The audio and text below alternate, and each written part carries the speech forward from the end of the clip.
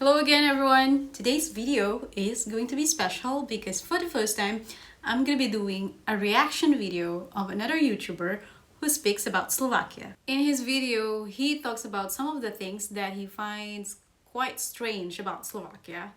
And some of them I actually agree. Stick with me at the very end and I'll be sharing with you also some of the things that I find weird, but not in a bad way, about Slovakia.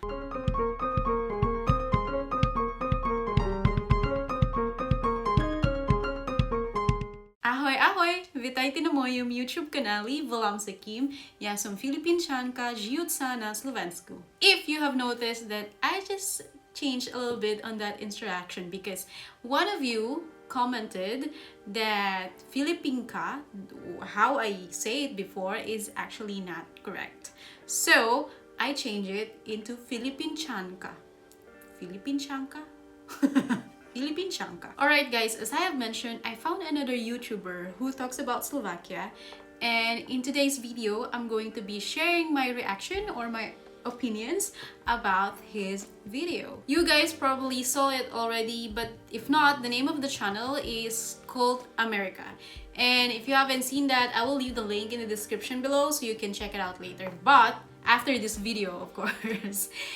He got some cool stuff about Slovakia, so make sure you check him out. So now let's go check out his video. We just finished filming a piece for Kult America that included several locations in Slovakia, so I had the pleasure of spending time here recently. And it is a country that I really enjoy visiting. Every time I come here, something new surprises me.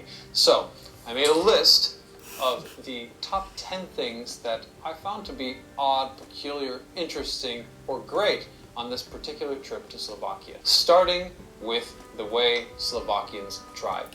Okay, first of all, it's not Slovakians, it's Slovaks. I have been corrected many times, so it's not Slovakians, it's Slovaks.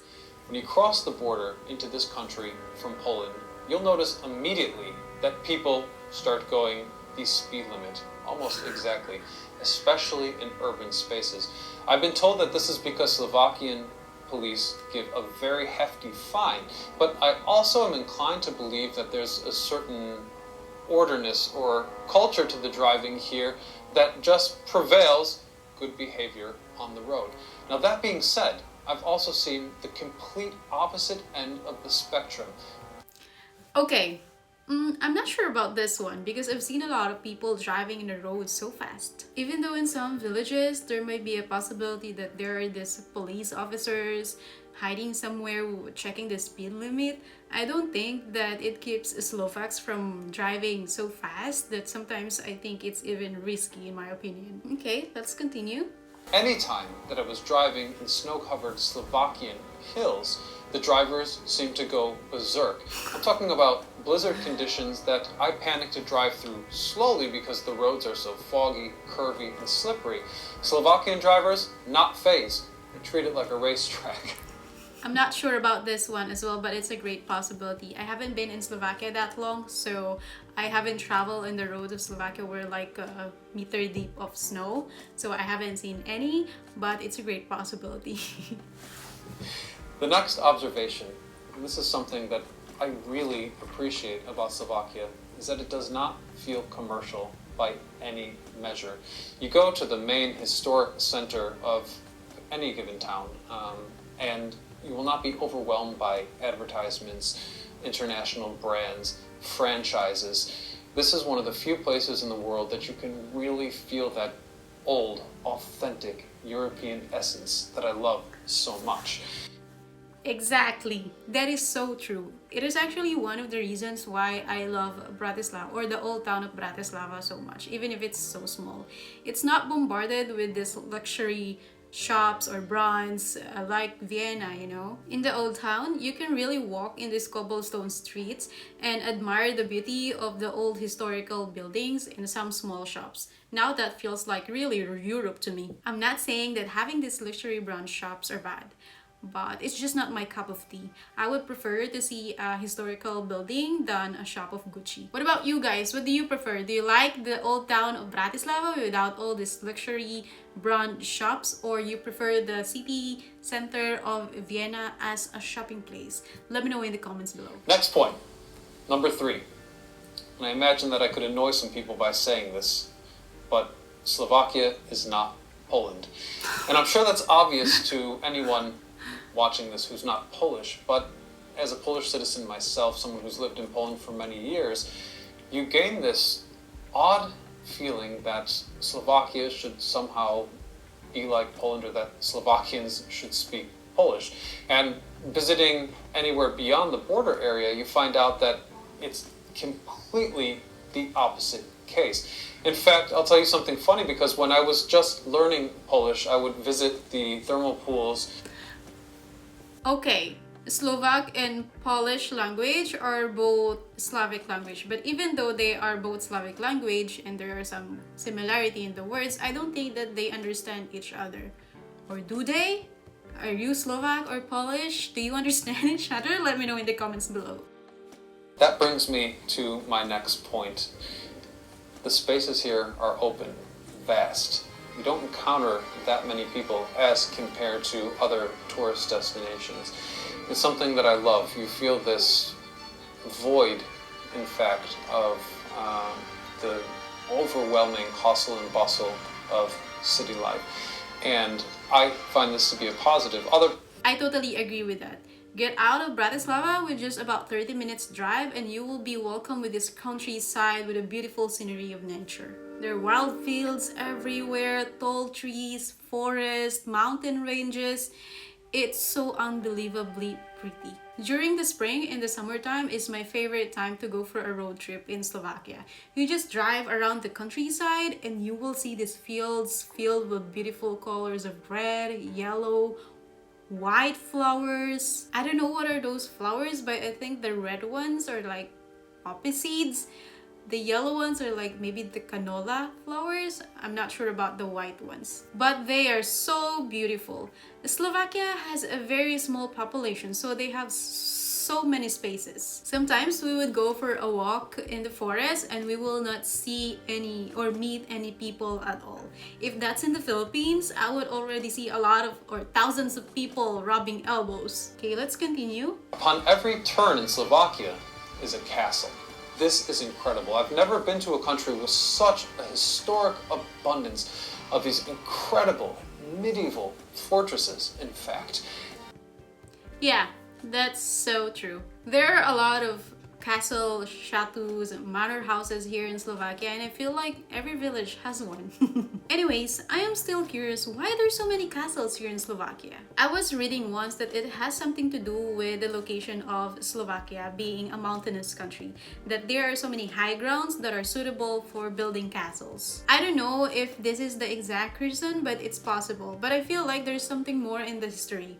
If you're Slovak and you know something about this, please let me know in the comments below, because it's very, very interesting for me. I wanted to point out something that's a little bit unusual in the restaurants. Most countries you have salt and pepper shakers. Here in Slovakia, there's a third shaker, and I found out today that it contains cinnamon. Now, in the context of the salt and the pepper, I assumed that the third one would have spicy pepper. So I put it on my potatoes and was very surprised to find out that for the remainder of that meal, I would be eating cinnamon-flavored potatoes. Interesting little oddity in the country. I don't know about that cinnamon shaker. I have been to different restaurants here in Slovakia or Bratislava, eating halushki, of course. But I haven't seen a cinnamon shaker. I also asked my Slovak husband if it's a thing here in Slovakia, and he also doesn't know about it. And he's a chef. So I'm not sure about this one. I wonder where is this restaurant. But I cannot imagine what is the taste of potatoes and cinnamon. One of the things I love about Slovakian language, and I don't know much about Slovakian language, but anytime that I try to converse with someone, they ultimately end up saying hey and yo all the time. So Slovakia is the only place other than the United States I can think about that people are constantly saying yo. Actually, that's not entirely true. because Kashubians also say hey and yo, to the best of my memory. And I'm curious if Kashubians in Poland have any direct connection to Slovakians. I don't know about yo. I don't remember hearing this much actually, but hey, yes, I hear that a lot. And I think it doesn't mean like how we say it in English, like hey, like you're calling out someone. But in Slovak, I think it means ano or yes. And I think they usually say this when they are agreeing on something or to what is the other person is saying. I imagine that in English we would say it like yes, yes, yes. In Slovak they would say hey, hey, hey. And you only you only say it on your close friends or families, and when you're speaking to a stranger you don't normally say or hear it. Yo is, I think, the same as hey, but in Czech, not in Slovak. But I'm not sure about that. What you guys think? Am I right? And finally, my favorite thing about Slovakia, the thing that keeps me coming back here, and the thing that most countries are lacking, is mystery. And I don't just mean mystery in the sense that there are castles and medieval buildings everywhere, but there's a certain barrier to the culture here that seems very, very difficult to penetrate. It seems hard to make friends with the Slovakian. They're approachable and open, but reserved at the same time. And I have the feeling that relationships here would have to be earned. That is completely opposite to the relationship. Yeah, that is so true. Slovaks are reserved, at least in my opinion. They usually have their own circle, sometimes friends or families. And for foreigners like me, it could be really difficult to penetrate that circle. I feel like you need to prove yourself to them. I feel like you need to be worthy and show that you are one of them. Slovaks will open up, but it takes time. This is so much different in Philippines. We are just so friendly. We smile to people, to strangers, to foreigners almost all the time. In the beginning when I came to Slovakia, I was actually like that. I was smiling all the time to many people. And it's kind of made me feel sad when they did not respond the same way that I expected, and they just gave me this poker face asking like, what is going on with this girl? Why is she smiling on me? But now I totally understand that building relationships here takes time. They're not welcoming, they're not friendly, they're not smiley, but once they open up, they will take you in their circle, and the relationships that will be built will not be shallow. And I think it's more meaningful. Well, that's my opinion. I don't know about you guys. Alright, so as I have promised, I'm also gonna share some things that I find weird about Slovakia. Not in a bad way weird, just a strange thing to me. So I've got two things, and first is that Slovaks celebrate their name day. Aside from their birthday, which they call Narodzeniny, they also have another day where they celebrate their name day, which they call Mininy. If you look at the calendars here in Slovakia, there are written names each day. For example, if your name is Adam or Eva, your name day is on December 24. And it's different on your birthday, which they also celebrate. It's kind of weird to me, but cool stuff because you get to celebrate twice a year. I looked it up when is the name day of Kimberly, but my name is not in the Slovak calendar. It's not there. My name is not very Slovak. Alright, second thing that I find a bit strange here in Slovakia, which I only found out recently because of you guys, is that Santa Claus do not bring the gifts to the children. It's actually Ježiško. Ježiško, or the baby Jesus. Don't you think it's kind of weird that a baby is bringing gifts to the kids? And how could a baby decide whether you have been a good or a bad kid throughout the year? I don't know, it's kind of weird, but it's fun. So that's it guys, thank you so much for watching this video. I hope that you like it. I know that some of the things here maybe you don't agree, and I would love hearing your thoughts about it. You know guys, I love reading your comments. Again, if you love this video, don't forget to subscribe and hit that bell so you will see more of my videos in the future. Alright, dziękuję, ciao ciao!